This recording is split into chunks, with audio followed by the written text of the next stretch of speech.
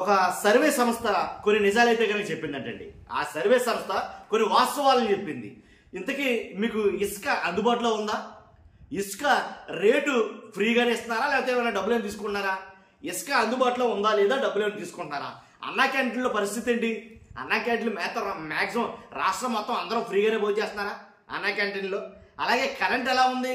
Current నిరంతరాయంగా అసలు ఎప్పుడు కరెంటు తీయకుండా, ఆటంకాలు లేకుండా, విద్యుత్తుకి ఆటంకం లేకుండా ఆ కరెంటు మీకు అందుతుందా? అలాగే పట్టాదారు పాస్ పుస్తకాలు, ఏదైతే పొలం పట్టాదారు పాస్ పుస్తకాల్లో ఏంటి డబ్బులు ఎలా తీసుకున్నారా లేదా, లేదా నోటీసులు ఇస్తున్నారా లేదా, ఏంటి ఫీల్డ్ వర్క్ వస్తున్నారా లేదా వాళ్ళు?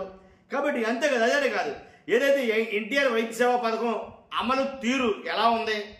అలాగే దీపం పథకం కింద ఉచిత సిలిండర్లు అందరికీ అందుతున్నాయా, అందడం లేదా? లేదా ఆర్టీసీ బస్ స్టాండ్లో పారిశుద్ధ్య నిర్వహణ, క్లీనింగ్ ఎలా ఉంది? ఆర్టీసీ బస్సుల పరిస్థితి ఏంటి? మెరుగ్గానే ఉన్నాయా, సరిపడిగానే ఉన్నాయా? లేదా మీ ప్రాంతాల్లో గంజాయి, డ్రగ్స్ ఇవన్నీ కూడా ఎలా ఉన్నాయి? తగ్గుముఖంగా ఉన్నాయా, పెరిగినాయా?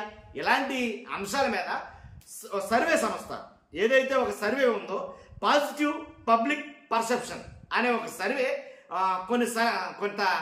కొన్ని విభాగాల్లో, ప్రభుత్వ శాఖల్లోని కొన్ని విభాగాల్లో సర్వే చేసిందంట.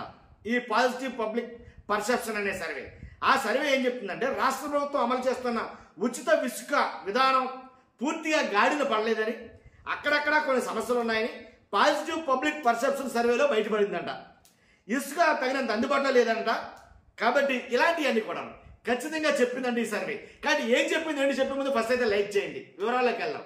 లైక్ చేస్తే నాకు మోటివేషన్ ఉంటుంది, ఎక్కువ మందికి ఇన్ఫర్మేషన్ షేర్ అవుతుంది. కొత్తగా మన ఛానల్ చూస్తే పక్కాగా సబ్స్క్రైబ్ చేయండి. మీ అమూల్యమైన అభిప్రాయాన్ని కామెంట్ రూపంలో తెలియజేయండి. ఫస్ట్ ఈ సర్వే సంస్థ అలా ప్రామాణికమైందేనా? ఎందుకని అన్ని న్యూస్ ఛానల్లో ఈ సర్వే కవర్ అవ్వలేదు? ఎందుకని ప్రత్యేకించి ఈనాడు, ఆంధ్రజ్యోతి వాళ్ళే ఈ సర్వే గురించి ప్రస్తావించారు అనేది చాలా అనుమానాలు ఉన్నాయి నాకు కూడా. అంటే చాలా సర్వేలు తెలుసు నాకు, ఆ సర్వే సంస్థలన్నింటికి ఇది కొంచెం డిఫరెంట్గా అనిపించింది నాకు.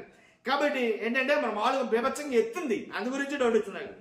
కాబట్టి ఏదైతే పాజిటివ్ పబ్లిక్ పర్సెప్షన్ సర్వే దాంట్లో ఇసుక విషయం అయితే కనుక తేల్చేసింది. ఏమని? ఇసుక కావలసినంత అందుబాటులో ఉందంటే కానీ సరిగా పంపిణీ అయితే జరగడం లేదని, ఏంటి 34% బట్టి చెప్తున్నారంట దొరకట్లేదని. తర్వాత సరఫరా కేంద్రాల వద్ద ఇసుక తక్కువ ధరకు దొరుకుతుందని 55% మంది యాక్సెప్ట్ చేశారంట. దొరకట్లేదని 44% మంది అన్నారంట. వివిధ ప్రభుత్వ శాఖల పనితీరు, సంక్షేమ కార్యక్రమాల అమలుపై ప్రజాభిప్రాయాన్ని ఆర్టీజీఎస్ శాఖ కార్యదర్శి కాటనేని భాస్కర్ గారు ఈ సర్వే విషయాలు వెల్లడి చేశారు. అర్థమైందా మీకు ఇప్పుడు? కాబట్టి మొదటి ఏడాదిలో ప్రజాభిప్రాయం ఎలా ఉంది, గడిచిన త్రైమాసికంలో పరిస్థితి ఏంటన్న వివరాల్ని ఆయన వెల్లడించారట. గత త్రైమాసికం సర్వేలోని ముఖ్యాంశాలు ఏంటనేది ఇవి పరిస్థితులు. ఏంటవి? అన్నా క్యాంటీన్ చూసుకుంటే కనుక అన్నా క్యాంటీన్లో పారిశుద్ధ్య నిర్వహణ చాలా బాగుందని 82% మంది, 82.5% మంది బాగుందని, బాగోలేదనేమో 17% మంది మాత్రమే అభిప్రాయపడ్డారట. ఆహార నాణ్యత బాగుందని 78% మంది బాగుందని, బాగోలేదని 21% మంది చెప్పారంట. పింఛన్ల పంపిణీపై అత్యధిక శాతం సంతృప్తి వ్యక్తం చేశారంట. పింఛన్ల పంపిణీలో అవినీతి ఉందనేమో 12% మంది అంటే, అధికారుల ప్రవర్తన బాగుందని 87% మంది చెప్పారంట.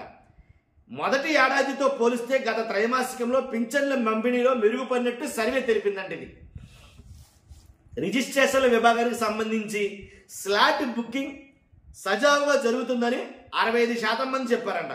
అవినీతి ఉందని 36% మందే చెప్పారంట.